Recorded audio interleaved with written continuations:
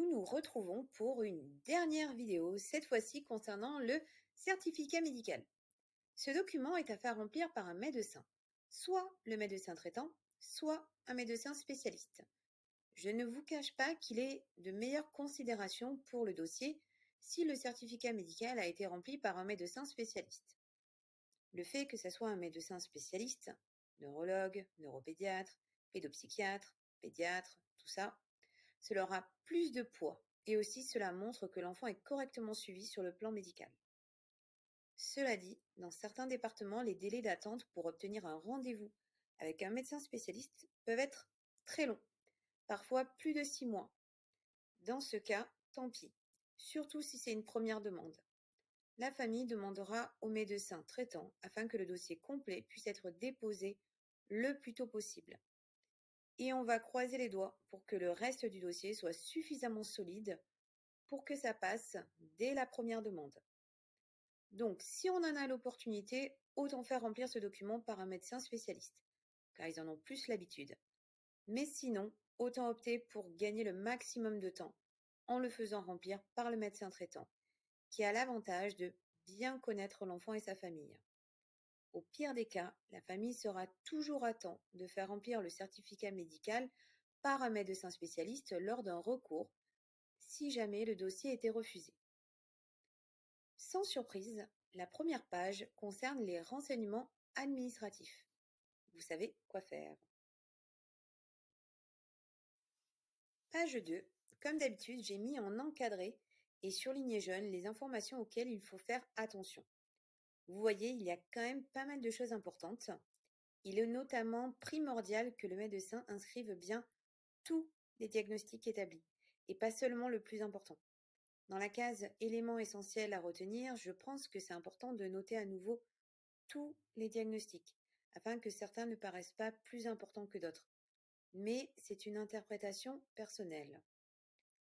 Toutefois, certains diagnostics ont quand même plus de poids que d'autres, comme les maladies génétiques ou bien l'autisme. Dans ce cas, peut-être faire noter cela en premier tout de même. Et c'est pour cela que c'est important que la famille apporte au médecin tous les comptes rendus de bilan réalisés par les différents professionnels de santé, afin que le médecin puisse en faire la synthèse et bien noter tous les diagnostics. En effet, il n'y a que les médecins qui sont habilités à formuler un diagnostic. Ni l'orthophoniste, ni le psychomotricien, ni le psychologue, ni l'ergothérapeute, et encore moins le graphothérapeute, ne peuvent officiellement poser un diagnostic. Ces professionnels formulent des suspicions de tel ou tel diagnostic, mais seul le médecin peut statuer sur la validation du diagnostic. D'où l'importance de bien amener tous les comptes rendus des bilans réalisés. Ensuite, dans la section « Histoire de la pathologie » motivant la demande, cette partie, c'est le médecin qui pourra le mieux la remplir. Il verra en fonction de ce qu'il pense. J'ai juste noté quelques pistes concernant ce qui pourrait être noté dans le dernier encadré. Par exemple, on pourrait noter motricité fine laborieuse, retard dans le langage écrit et ou oral, etc. J'ai noté cela car parfois le médecin va sauter certains encadrés parce qu'il ne sait pas quoi y noter, surtout si le médecin n'a pas l'habitude de renseigner ce formulaire. Voici donc quelques pistes que les parents peuvent avancer. C'est important d'avoir un vrai dialogue. La page 3 ne concerne pas les enfants atteints de troubles du neurodéveloppement, sauf peut-être la partie à propos de la prise d'un traitement. Bien évidemment, il faudra que le médecin remplisse cela. Ensuite, au niveau de la page 4, le médecin devra cocher les prises en soins régulières de l'enfant. Ce qui est super important, c'est l'encadré projet thérapeutique. C'est là où la discussion est cruciale entre le médecin et les parents.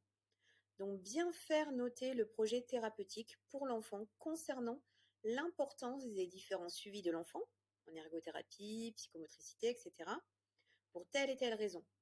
La nécessité éventuelle d'un passage sur outil informatique, la présence éventuelle de l'AVS ou l'orientation en ULIS, en corrélation bien sûr avec les diagnostics établis par le médecin. C'est le moment de faire les liens plus des différentes demandes dans le dossier.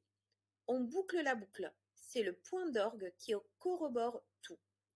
Potentiellement, le médecin peut cocher autre appareillage et noter ordinateur, logiciel, si cela fait partie de la demande de la famille, bien sûr. Sinon, il ne note rien à ce niveau. À nouveau, le début de la page 5 ne concerne pas les enfants qui présentent un trouble du neurodéveloppement. C'est pour cela que sur la diapositive suivante, j'ai barré certains éléments.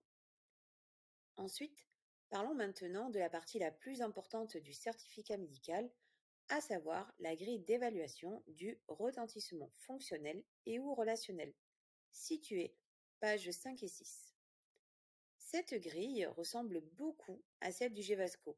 Certains items sont identiques et la cotation se fait également en ABCD. Tout doit concorder au niveau des cotations entre le GEVASCO, le certificat médical ainsi que ce que les parents décrivent comme difficulté dans le formulaire de demande et le projet de vie. Le médecin ne connaît pas aussi bien l'enfant que ses parents. Sur le temps d'une consultation, il voit un enfant qui arrive en marchant, propre, qui interagit.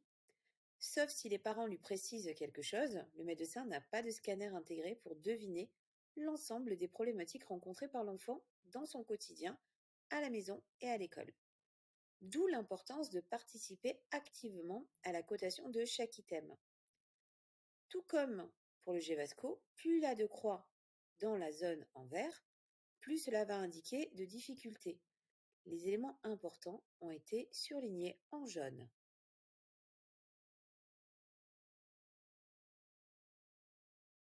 Voici donc les deux grilles à renseigner.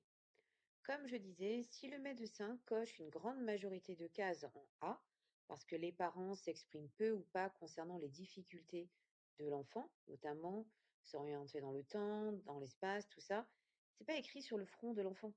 Donc s'il y a des difficultés à ce niveau-là ou à d'autres niveaux, et que les parents ne signalent rien, le médecin va cocher A et il aura raison. Donc vraiment, c'est super important que les parents puissent prendre la parole à l'occasion du rendez-vous médical et d'exprimer l'ensemble des difficultés rencontrées par l'enfant. Nous sommes maintenant page 7 du certificat médical. Au début de cette page, les items cotés dans la grille concernent plutôt les adultes en situation de handicap, car il s'agit d'un formulaire commun à l'ensemble des personnes faisant une demande auprès de la MDPH. Enfants et adultes font remplir le même document par le médecin. Il est donc normal d'y trouver des parties qui ne concernent pas du tout les enfants atteints de troubles du neurodéveloppement. En revanche, la partie en rouge que j'ai encadrée est super importante pour faire valoir l'impact du handicap sur les dents familiales et globalement la famille.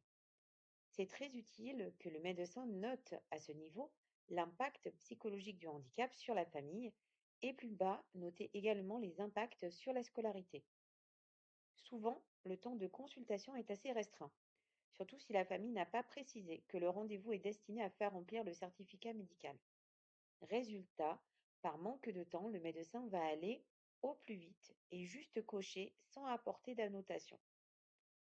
Or, les annotations sont hyper importantes.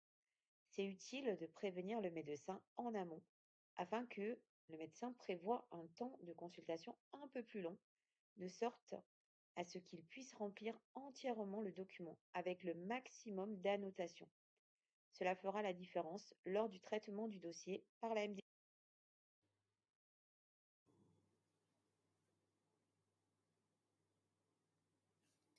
Pour finir, la dernière page propose de conclure avec remarques ou observations complémentaires. Si le médecin a encore le temps de mettre une petite bafouille pour appuyer le dossier, c'est tant mieux. Sinon, tant pis. Ici, il s'agit de faire un petit résumé de la situation concernant les difficultés rencontrées dans le quotidien, à la maison et à l'école, les aides attendues et l'impact du handicap sur le plan psychologique et familial. Voilà, une fois que le dossier contient le formulaire de demande avec le projet de vie bien complet, le GEVASCO et le certificat médical, on est presque prêt à l'envoyer. Il faudra bien penser à ajouter les différents bilans réalisés ainsi que les devis. Enfin, avant d'envoyer, il est recommandé de tout photocopier ou numériser, puis envoyer en recommandé, car la MDPH a la fâcheuse manie de perdre les choses dans les entrailles de l'administration. Une dernière diapositive pour le plaisir, juste pour vous dire que les bilans des différents professionnels de santé seront examinés lors de la CDAPH. Le bilan que nous réalisons en ergothérapie est très important, car notre profession est celle qui est le plus à même d'évaluer le handicap et ses conséquences sur la vie quotidienne, car nous sommes spécialistes de l'autonomie dans les activités de la vie quotidienne. C'est pour cela qu'il est important que le bilan en ergothérapie aborde les difficultés sur le plan scolaire, mais également dans le quotidien à la maison. On peut aussi en profiter pour parler des répercussions psychologiques au moment de l'anamnèse. D'où le fait que nous ne pouvons pas axer notre bilan uniquement sur l'outil informatique par exemple, même s'il s'agit du motif de consultation. Il faudra certes regarder l'écriture, les capacités à l'ordinateur, mais également plus loin. Les bilans et tests attendus peuvent être différents d'un département à l'autre. Le mieux, c'est de se renseigner auprès de la MDPH afin de ne pas faire passer des bilans inutiles ou d'en omettre certains. Et voilà, cette fois-ci, c'est vraiment fini. J'espère que cet e-learning vous a plu.